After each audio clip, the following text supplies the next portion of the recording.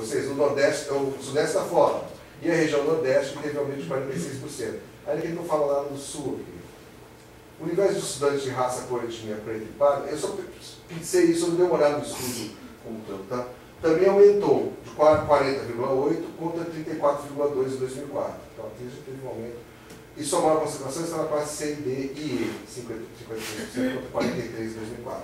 Obviamente que não dá para a gente deduzir que essas transformações são transformações que se deram somente pelas cotas, pela ação afirmativa, tá, gente? Agora, isso mostra um quadro que é a educação superior no Brasil está de fato mudando, eu acho, mudando.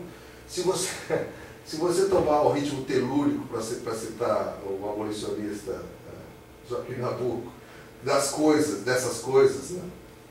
Das coisas da política, das políticas públicas, da dinâmica social, até que eu acho que é um ritmo rápido, né? Ainda que seja lento demais para a perspectiva, vamos dizer, fenomenológica da vida humana, que dura algumas décadas só, talvez seja um pouco cruel ainda para a vida humana, porque algumas gerações ainda vão sofrer devido a essa desigualdade brutal que a gente tem no Brasil. Mas eu acho que existe uma mudança em curso. Dito isso, eu vou mostrar rapidamente, tenho mais um tempinho?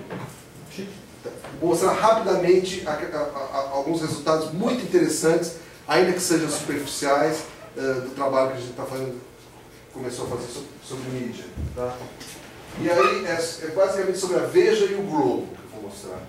É uma coisa bem interessante, a maneira como eles representam as políticas de ação afirmativa. Isso é uma pesquisa bem larga, bem grande que a gente está fazendo, que leva em consideração a análise de todos os textos publicados sobre ação afirmativa desde 2001 até o presente, nos grandes jornais brasileiros e nas revistas. Veja, isto é, os jornais são Folha de São Paulo, Estado,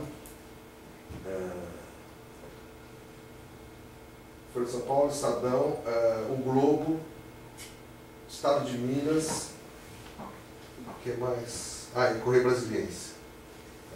Nós não tivemos acesso ao banco de dados aqui do Rio de Janeiro, como chama o jornal? Zero Hora. Não, Zero Hora. Eu não tive acesso ainda. Você está disponível? Eles têm um banco de dados de texto disponível? Tem, acho que... Mas que vai? Vocês não sabem? Bom, e o que a gente vê? Bom, aqui está... Essa é uma pesquisa super interessante, que a gente não trabalha com os textos, faz uma análise quantitativa dos textos, na qual a gente identifica um monte de variáveis, autor, tipo de artigo, tipo de texto que está lá, o pertencimento do autor, e principalmente se a ação afirmativa, que tipo de ação afirmativa é tratada, se ela é central ou não. Tem um questionário imenso, é como um survey que você aplica para cada texto, usando um programa chamado Sphinx, na verdade ele é Sphinx, porque é francês. E a gente, ao mesmo tempo, faz uma análise, que faz o projeto demorado, faz uma análise dos argumentos e codifica os argumentos no próprio texto, através de um outro programa chamado Atlas TI, que é um programa alemão. Mas é inglês o programa. Que é muito bom, é um programa muito legal para fazer análise de conteúdo, até para estudar é ótimo, para escrever artigo. Toda vez que você tem um corpus de literatura, que você quer fazer uma análise, na qual é importante você localizar todas as instâncias em que um determinado argumento, determinada palavra apareceu, tal, esse programa é muito legal para fazer, porque você vai ler, codificando, não é uma codificação. Você pode até fazer algumas codificações automáticas, mas eu acho que as codificações automáticas têm um limite muito grande de explicativo. E aí você pode ligar códigos, fazer famílias de códigos, obter as referências todas juntas, fazer vários tipos de relatório. Bom, e o que a gente achou nisso daqui? Primeiro, a gente faz uma análise, uma das variáveis mais importantes é a valência. Se o texto é contra ou a favor da ação afirmativa. Ou se a valência é ausente ou ambivalente. Ou ainda neutra, a gente tem 5 valores. O formato das entradas na Veja. 39% reportagens, coluna, aqui, que alguém escreve, um autor, box, são aqueles boxes que o editor põe no meio da revista, ou o jornalista, entrevistas, e aí tem os residuais. Valência das entradas para ações afirmativas raciais. 77% contrárias, 14% favoráveis. Vocês vão ver, a coisa vai ficar qualificada. 6% ausente, 3% ambivalente. Valência para ações afirmativas sociais. Dá uma olhada que diferença interessante aqui. 70% ausente quando tem ação afirmativa social, 70% ausente, 21% contrário, 9% favorável. Quando é racial, aqui são as raciais, desculpa, tá? 70% contrário. Dá uma olhada na mudança. Esse azul é ausente, as cores na verdade estão enganando um pouco, mas esse azul aqui é ausente, esse azul aqui é contrário. Tá? Você vê que a posição. A Veja é uma revista conservadora, obviamente, geralmente defende um viés, presta atenção nisso, um viés liberal contra o Estado, de Estado pequeno, ainda que no Brasil essa coisa seja um pouco relativa, porque, né? Mas o conservadorismo nem sempre é liberal, mas na Veja muitas vezes é. Né? Mas, e a política de ação afirmativa social é uma política de Estado de bem-estar social, ou seja, uma coisa que os liberais, geralmente esses que são a favor do Estado pequeno, não deveriam gostar. Mas, e a Veja tem outra característica que eu preciso dizer para você, para quem estuda isso. A Veja tem um desenho de editoria muito estranho. Ela tem 2 vezes mais editores do que jornalistas, do que repórteres. Então, ela produz, ela mais escreve a notícia do que propriamente recebe o input da sociedade. Ou seja, o input desse tamanho, eles, sabe, trabalham bastante o texto, vamos dizer, para usar uma coisa bem neutra. Assim. É impressionante. Então aqui você tem uma posição que me parece editorial razoavelmente clara, né? Muito contrária à ação afirmativa. Porque as duas são políticas sociais, políticas de ação afirmativa, como a questão racial se inverte o contrário de maneira significativa. Agora, as valências, e isso é muito interessante mostrar, variaram no tempo. Então, aqui, como vocês podem ver, olha que interessante esse gráfico. Né? Depois vou mostrar um do Globo, também tem coisas muito interessantes. Notem esse ponto de inflexão aqui. Antes de 2003, né, você tinha uma matéria ambivalente aqui, nesse ano, você tinha matérias só contrárias e favoráveis. Né? Eram poucas, obviamente. Né? Mas está vendo que não tem direção nenhuma. Em 2003, você pega essa curva aqui e toma um sentido claro, né? Ascendente. O número de matérias aumenta bastante sobre o tema. E as matérias, às vezes, são reportagens grandes. Né? E a favorável, olha, cai aqui para 2, 0 e lá permanece para o resto da vida.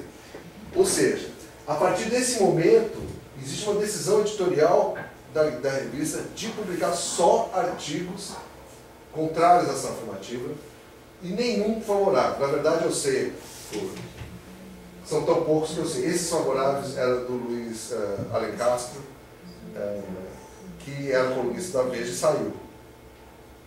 O historiador, Luiz Felipe Alencastro. Né? Então, depois não publicou mais. O que aconteceu em 2003, gente?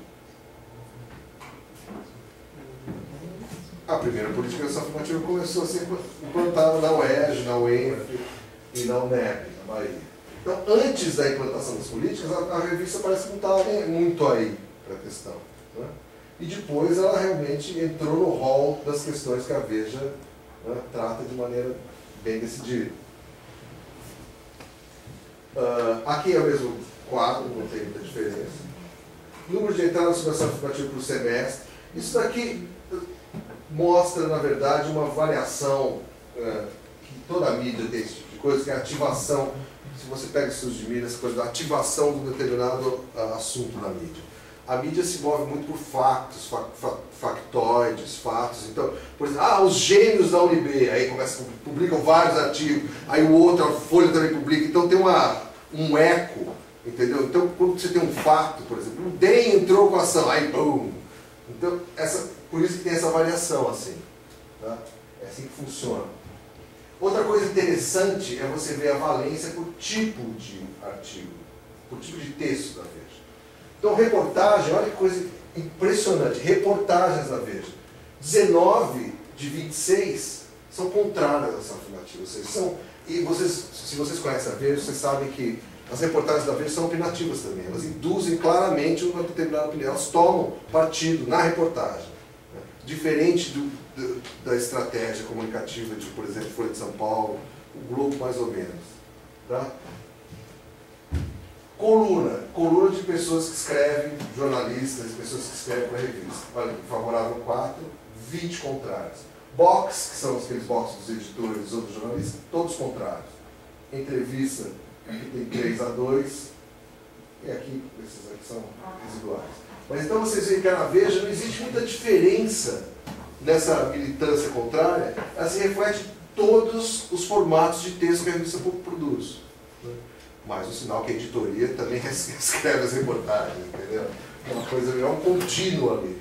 Não é verdade nos jornais. E aqui é o tipo de justificações que a gente conta na Veja.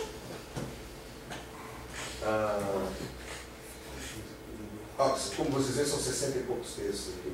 Então, não leva em conta o mérito, caminho investir no ensino básico, a ação cria o conflito racial, racialização da sociedade, diminui a qualidade do ensino, discriminação na DES, é impossível classificar racialmente as pessoas do país miscigenado, fracassou em outros lugares, classe importa mais do que raça, é um meio de diretoria, impõe uma identidade bicolor e viola o princípio de igualdade formal, em ordem decrescente de frequência. Eu fiz um estudo piloto para essa pesquisa, que foi pegar aquele livro Divisões Perigosas, que foi editado pela Ivone Magui, Peter Fry e Marcos Schamaio.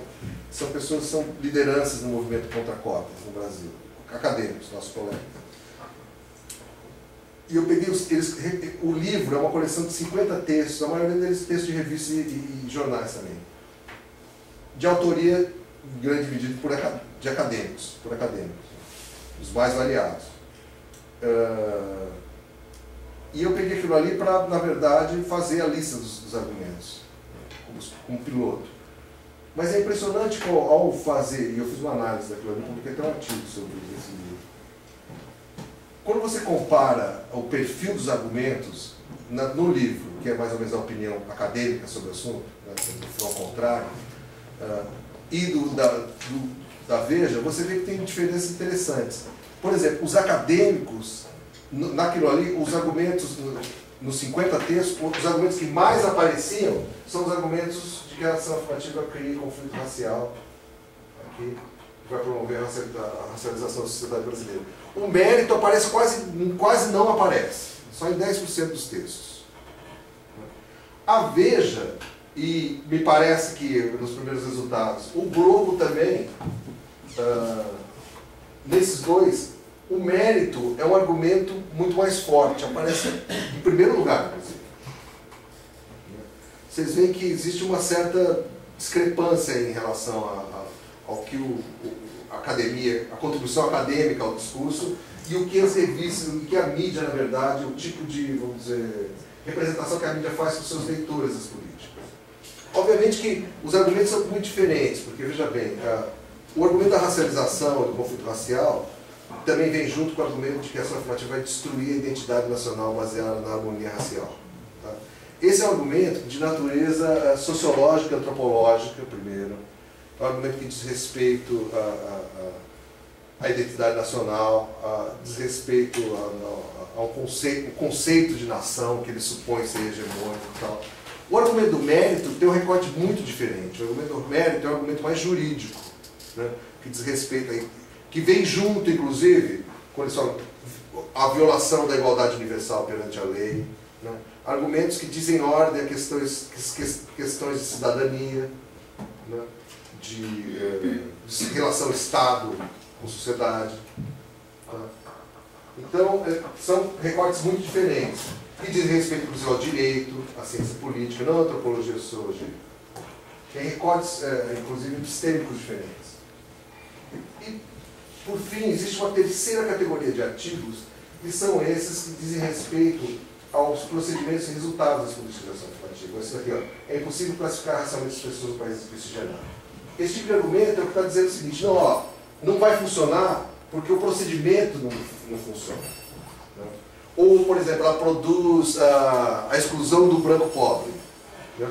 Não vai funcionar porque, na verdade, ela faz o contrário do que ela iria fazer. Ela não vai funcionar direito, de fato.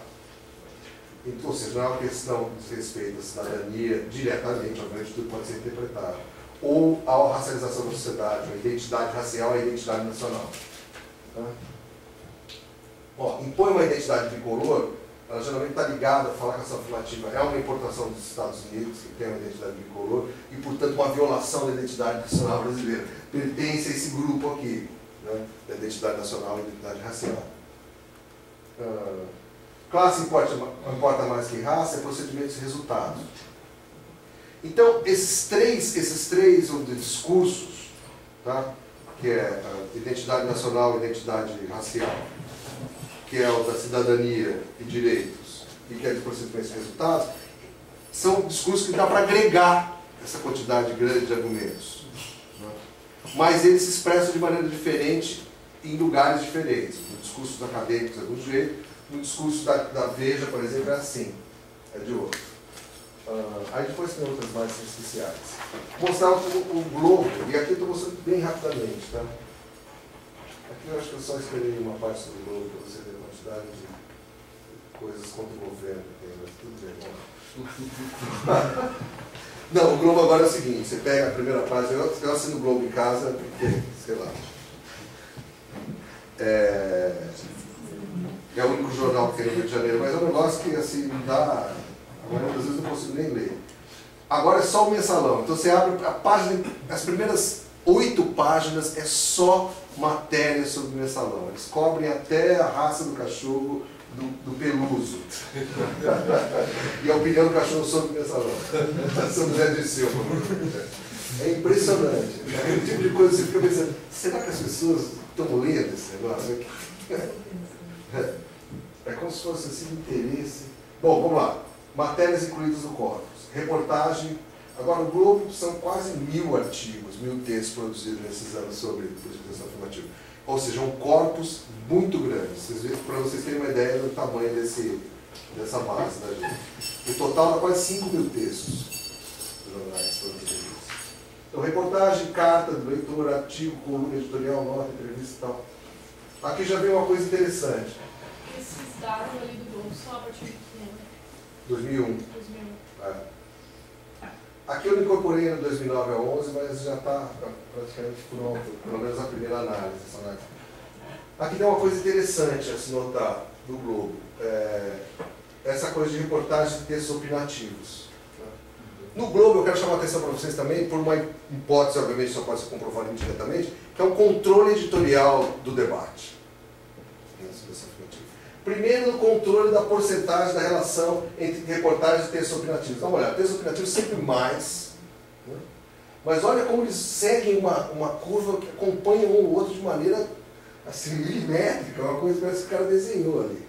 Obviamente, vocês veem que isso aqui, né, essas curvas se cruzam aqui, ou seja, de novo, 2003, vocês veem, marca mais ou menos um período entre uma indefinição de controle e um período que você entra numa fase aqui. É impressionante isso. Quantidade de textos opinativos, composição explícita publicada. Bom, favorável, contrário, né? Contrário vermelho, favorável. Então, 51 de contrário, 39 de favorável. Preste atenção como o Globo, você tem uma proporção maior de favoráveis em relação ao contrário, ainda que você tenha uma maioria de contrários. Ou seja, de novo, uma estratégia diferente da Veja. Vocês viram que a Veja, depois que definiu a linha editorial, não há mais espaço para... O Globo não. Quantidade de textos opinativos com composição explícita publicados em função da valência das ações afirmativas. Né? E aqui vocês veem o seguinte. Quando você pega a valência, ela também mostra um padrão parecido com aquele outro gráfico, que era o gráfico de opinativos e reportagens. Ou seja, também controle das valências. Olha aqui. Com o contrário sempre acima. E aqui é a série temporal, tá vendo? Ou seja, isso mostra que não é só no agregado que você tem uma proporção maior. Isso fica mais ou menos constante e seguindo, inclusive, os ritmos de ativação da notícia. Lembra dos ritmos de ativação? Ah, ali estão os gêmeos, aqui está não sei o quê. Aqui embaixo, geralmente está... Ó, mensalão, tá vendo 2005? Mensalão. Não, isso é verdade. Eu tenho uma outra coisa que mostra, eu tenho uma outra apresentação que mostra os eventos aqui e o ritmo de ativação. Que aí precisa ter espaço para o mensalão. Se for agora, você vai ver. Caiu ali embaixo. E aqui a valência do senso opinativo de acordo com o grupo ao qual pertence o autor, ou seja, que é parecido com aquilo que eu mostrei na Veja para vocês. Mas o quadro é muito mais complexo aqui. Né? Bom, as cartas do leitor, vocês dão uma olhada, tem uma preponderância quase 80% contrárias. Editor, olha, 90% contrário. Jornalista colunista, você tem até mais favoráveis do que contrários. Olha que coisa engraçada aqui. Você viu que na Veja eles despediram o único cara que era favorável, colunista. Academia, olha, meio a meio. Instância governamental, mais favorável do que contrário. Obviamente, para mostrar que essa afirmativa é uma coisa do PT, ou do Lula, alguma coisa assim. Estou brincando, mas não totalmente. Agremiação política, 53%, 24%. Não vou nem comentar essa. ONG, movimento social, 100% ONG, movimento social, favorável a essa afirmativa. Tá? Celebridade, mas isso aqui tem muito pouco, então não vale a pena a gente... O que eu queria chamar a atenção para vocês aqui? Que o Globo, ele faz um controle, na verdade o Globo, ele tem texto do Globo que fala, editoriais do Globo, ele se apresenta como se fosse o próprio espaço público, né, onde você tem um debate. Então ele representa a opinião pública, no certo sentido, mas não só a opinião pública como consenso, mas o espaço público onde a ação afirmativa é descrita como uma controvérsia, tem radical, tem lados diferentes contra a favor, e ele representa os dois lados. Mas como ele representa os dois lados? Eu mostrei para você. Primeiro, dando uma prioridade numérica aos textos contrários em relação aos textos favoráveis. Depois, uma representação ainda mais sutil, que é o seguinte, veja bem, o editor é terminantemente contrário a essa afirmativa, sempre, quase sempre. As cartas, elas representam quem? O próprio público, não é verdade? Não importa se são as cartas que de fato receberam, se eles filtraram ou não filtraram, isso é menos importante. Porque tem gente que fala para mim, pô, mas o pessoal que lê o Globo é um cavalo de reacionários mesmo, que é uma coisa, pô, não é verdade. Ou não sei. Isso não importa, na verdade. O que importa é como o jornal está representando isso. E aqui existe uma comunidade de opinião, da maneira como é representada, entre o público das cartas, né, e o editor. Os jornalistas é uma coisa mais interessante, que eu sei por conhecer jornalistas do Globo e tal. Existe um controle do que é publicado nas reportagens, mas não é um controle total. Os jornalistas às vezes passam coisas que eles não que eles querem, ou o editor não controla completamente o texto, reescreve partes e tal. Né? E o colunista também, quer dizer, é um cara que escreve de fora. Eu sei que aqui tem uma participação grande da Miriam Leitão, que para todas as outras coisas faz tudo que o jornal, é bem na linha do jornal, mas para a ação afirmativa era super a favor. Então ela só a Miriam Leitão, que já publicou muitos textos sobre isso, causa um certo balanço aqui favorável. Né? A academia de fato é representada de uma maneira, no quantitativo, pareio. Mas isso eu preciso olhar nos detalhes se realmente a maneira como aparece. Porque o que acontece? Esse cachorro. Tem uma coisa interessante que é o seguinte: quando a gente faz uma pesquisa quantitativa com tantos textos assim, o que acontece é que você acaba perdendo um pouco de detalhe. Por exemplo, um detalhe que a gente perde, que pode ser incorporado quantitativamente, é a quantidade de toques que tem em cada texto. Eu sei porque eu já escrevi para o Globo um artigo sobre o assunto. E, por exemplo, meu artigo foi publicado, era favorável, 3.000 toques, o editor me fez fazer 3.000 toques, eu tive que cortar o texto no meio, e em cima apareceu, foi publicado um artigo do Demetrio Maioli que tinha um triplo do tamanho, contra BT no pau. Então, eu sei, isso, a colocação, manchete, fotografias, tudo isso escapa disso daqui. Mas, nesse quantitativo, aqui está igual. Mas eu gostaria de chamar a atenção aqui para as pessoas que defendem essa afirmativa, da maneira como o jornal representa a opinião pública, né? São, por exemplo, pessoas do governo de agremiação política, geralmente o governo aqui durante esse período é do PT, o Globo é muito militante contra o PT, né? Ou seja, e aqui de esquerda. Então, geralmente é impingido com uma política da esquerda, né? ou pessoas de movimentos sociais, que são pessoas... Veja bem como aparece o movimento social. E isso é muito comum no Globo. Então você tem a opinião do editor do Globo que fala em prol do bem comum, né, do jornal, do público, está ali junto com o público. O cara do movimento social, que eles põem o texto lá depois, indiretamente é identificado como um cara que está defendendo o interesse de parte, na verdade. Porque o movimento social sempre está mostrando uma parte, defendendo um lado das coisas. Obviamente que as pessoas podem até fazer, e muitas vezes fazem argumentos em prol do bem comum e tal. Mas sempre existe um estigma de você vir do movimento social, você não representar o todo da sociedade. Então é uma representação do debate, sim, é um debate onde estão representados os dois lados, sim, mas de maneira assimétrica. Tá? Muito diferente da Veja, que trabalha com uma representação total da opinião, ou seja, a opinião da Veja é a verdade. Bom, era isso que eu tinha a dizer, gente. Obrigado.